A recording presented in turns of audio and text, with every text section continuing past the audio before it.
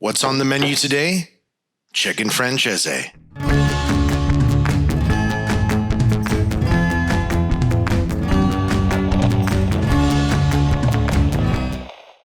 The first thing you'll want to do is gather your ingredients. Here you can see I have about 1.5 cups of flour, salt, pepper, 3 eggs, and in the bottom left you can see 2 chicken breasts. The first thing I'm going to do is grab this chicken breast.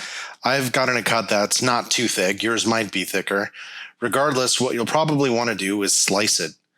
And as you can see here with the knife, I'm cutting just midway between the breasts, trying to do what's called a butterfly effect. So this is what it looks like after you chop it off into a thinner slice. It's still probably too thick to cook, so what I'm going to do is put it in some wax paper here, and then using a mallet like this, you might have another tool, I'll just pound it until it's thin to my liking. You don't have to hit it too hard, especially around the edges. You just want an even thickness so that it's about 1/4 of an inch thick. That's all you need when preparing a chicken of this type. So that's good. Next, you'll want to grab an egg. Crack it, put it into the dish. Try not to get any of the shell in there, and do that with 2 additional eggs. I'm doing it with 3 eggs. It really just depends on how much chicken you're going to be preparing.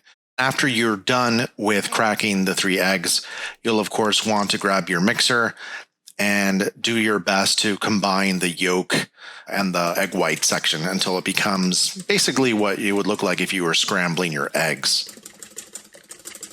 At this point, grab some salt and pepper and start seasoning everything that we'll be cooking with. So put that in the flour, put that in the eggs, put that on the chicken. The idea here is to get all of these flavors coming through on all these portions of the dish. I also have some chopped parsley, which I'll be putting on the eggs.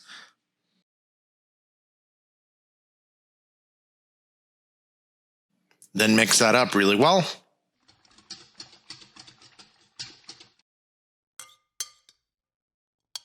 And then mix with your hand the flour. Get all the salt and pepper within the flour so that depending on where the chicken touches it, it'll have everything you need.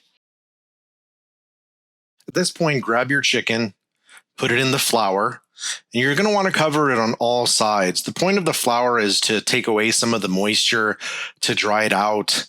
This is helpful, especially when we do the next step, which is to dip the chicken into the egg mixture.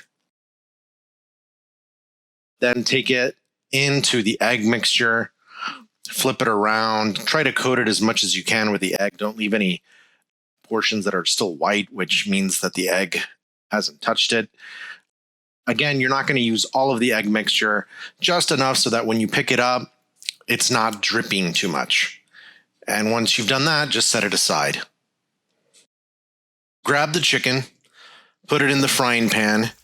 The oil here is on medium to medium high. You don't want it to be too hot because otherwise it'll burn. I'm just using olive oil. After a couple of minutes, about 2.5 minutes, you can flip it over and you'll see that it's golden brown. I have some butter on the side in case I need to add some more oil in there. Again, after a couple more minutes, I flip it over just to give it that nice brown golden color. That's what we're going for here. Do be careful while you're doing this, especially as you flip the chicken over. The oil, if it bounces out of the pan, can hit you in the arm and burn you. So again, I encourage you to be very cautious while you're cooking with this.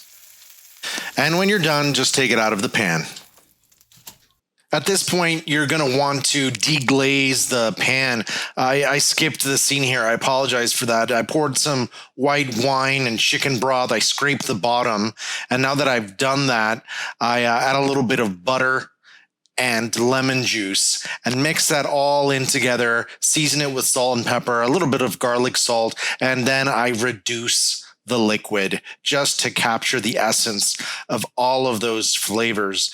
And once you're done, all you have to do is put your chicken on the plate, put spoonfuls of that delicious buttery lemon sauce that you've prepared, and accompany it with whatever you want, whether it's mashed potatoes or pasta.